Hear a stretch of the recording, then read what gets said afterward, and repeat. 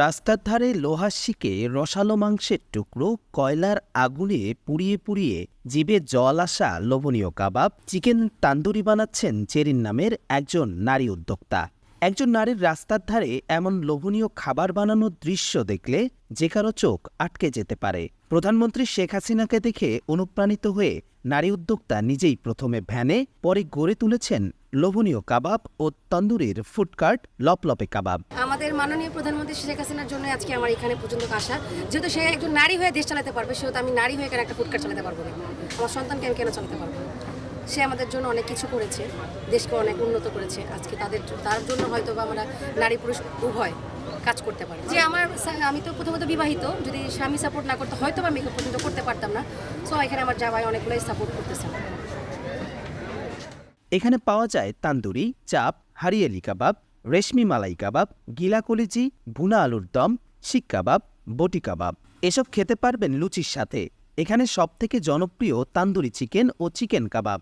গরম তেলে ভাজা ফুলকো লুচির সাথে এ কাবাব মুখে দিলেই মন বলে উঠবে, আহ কি দারুণ স্বাদ। আমার এখানে তান্দুরি পাওয়া যায়, চাপ পাওয়া যায়, হারিয়ালি কাবাব, রেশমি মালাই কাবাব, গিলা কলিজি, ভুনা আলুর দম, তারপর শিক কাবাব, বটি কাবাব, লুচি।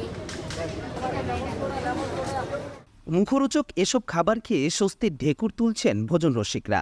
অনেকেই নিয়মিত খান এখানকার খাবার। আসলে কাস্টমার হিসেবে আমি বলি গুড, ভালো জিনিস। হ্যাঁ, ঘরেই বানায় ওরা। আমি যেটুকু জানি ওরা ঘর থেকেই প্রসেসিং করে নিয়ে আসে, এখানে এসে জাস্ট বাজে।